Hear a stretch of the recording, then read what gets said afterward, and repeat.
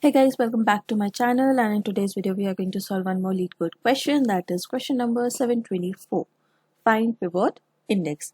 This is an easy level question and it has been asked by many organizations like Amazon, Facebook, LinkedIn, and you can see rest of the other names here. And today we are going to solve this question, so let's see what this question is all about. So in this question, we are provided with an integer array nums and we have to calculate the pivot index. So what is the pivot index? It's an index where the sum of all the numbers is strictly to its left is equivalent to the sum of all the numbers towards its right.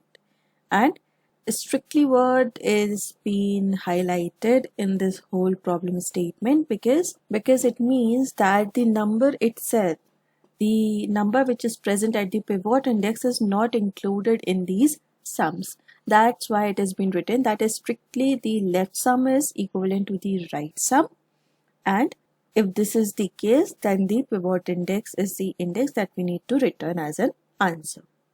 So if the index is on the left edge of the array, then we need to consider sum as 0, and if it's on the right, then we have to consider the sum of the right sum equivalent to 0. And if there is no pivot index present, then in that case we have to return -1. So let's understand this question using this example. So in this example we can see that there is 1, 7, 3, 6, 5, 6 in this array, and output is 3. So if we see third index, it is 6. So the left sum of this array will be 1 plus 7 plus 3, right, which is 11. And the right sum will be 5 plus 6, which is also 11. And that's the reason 6 is the pivot index.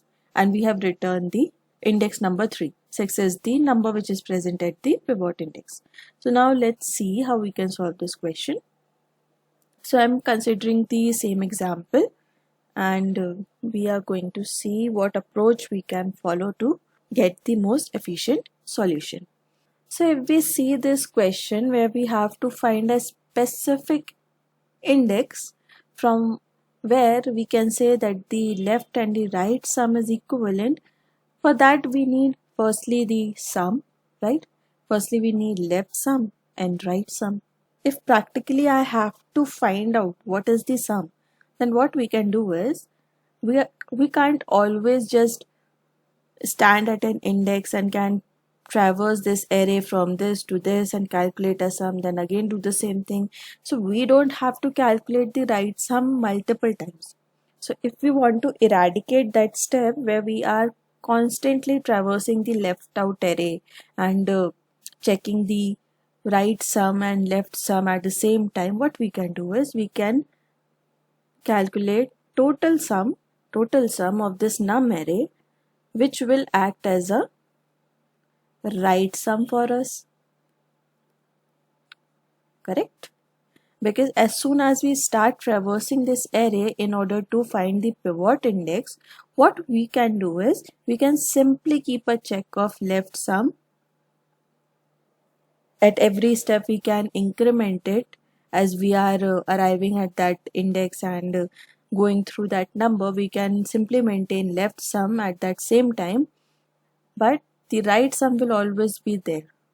So this total will help us to find the right. So that's the reason we are going to calculate the total sum. Once we have calculated the total sum, now second thing is maintaining left sum, because we know that we can find the right sum with the help of total and left sum, right? What we can do is, I'll explain you. So this is my left sum. So at this place, as soon as I start traversing, what I can do is I can simply find out whether this index is pivot or not by one simple calculation, and that is total minus left sum minus that exact number at which we are present. So if I'll subtract 1 from, so in this case it is 1, so I'll subtract it. Again what I will do, if the resultant of this calculation is equivalent to left sum, then what I can say is we have found the pivot index, right? But if not, then what we can do is we can simply update our left sum and move on. We will simply update our left sum with the num and can proceed. And on the next step, we can again do the same thing. From total, we will subtract left sum and the number at which we are standing, and then we can check whether it's equivalent to left sum. Then we can say that we have already found the pivot index and we can return it. So let's traverse this whole array once and check whether this approach works or not. Although I know it works, but it would be better if I'll make you understand how this whole functionality works. So let's find out the total first. So total is, 28 is the total. Once we have calculated the total, now we are going to traverse this array. Fine. So right now we are at index 0. So at 0 index, what I need to check if the left sum is equivalent to right sum. So let's initialize our left sum as well. Left sum is 0 for now. Okay, so as soon as I reach this position, what I'm going to check is I'm going to check t minus 1, t minus l minus 1, which will be how much? It will be 28 only. And we know that 28 is not equivalent to 0. That's why what we can do, we can update our left sum and we will proceed. So now our left sum is 1, right? So now we are at index 1, and at this step I will again repeat the same thing. That is total sum minus left sum minus the number at which we are present, and this is equivalent to 20. And we know that 20 is not equivalent to 1 because our left sum was 1, right? Because right now our left sum is 1. So this is not equivalent. So what we will do, we will again update our left sum and proceed. Again same thing, 28 minus left sum minus the number at which we are present. So this is index 2. And again we will do the same thing. Now it's 18. 18 is not equivalent to 8 because left is equivalent to 8 at this point. So again we will do the same thing. We will increment our left and proceed. And now we will do the same thing, that is 28 minus 11 minus the number at which we are present, that is 6. So now what we are doing is we got 11. And we can see that our left sum is also equivalent to 11, right? So we know that we are at pivot index, and because our left sum is equivalent to the right sum, and that's why we are going to return this index as an answer.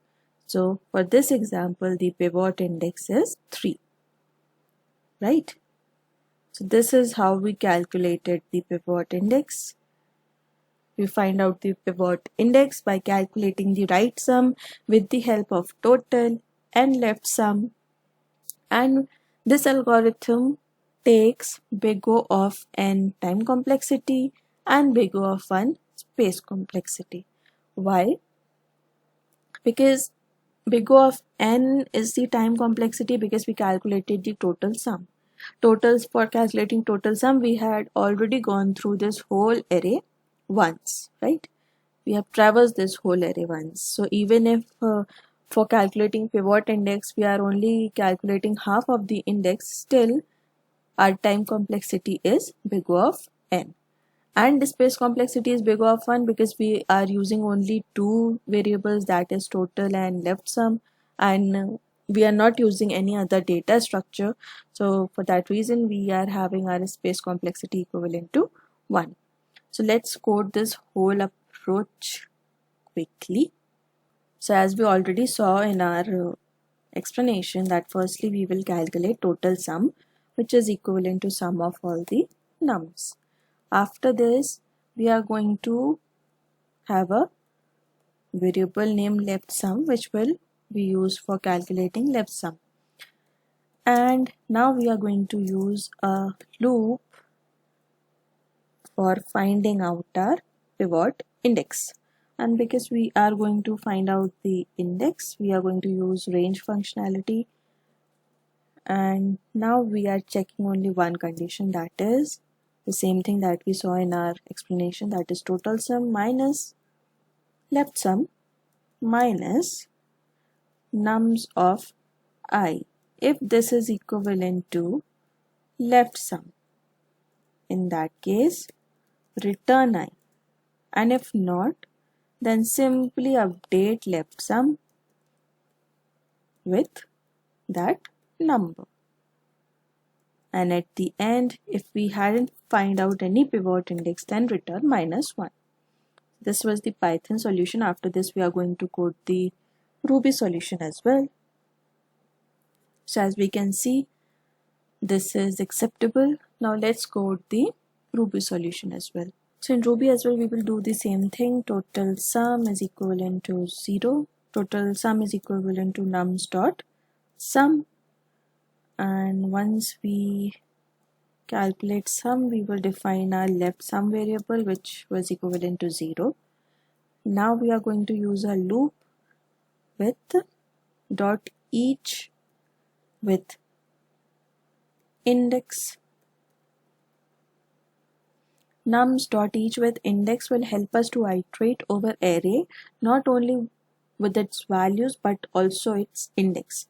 So how it does is, do like nums dot each with index, do inside this we can say num comma I, and this is the loop.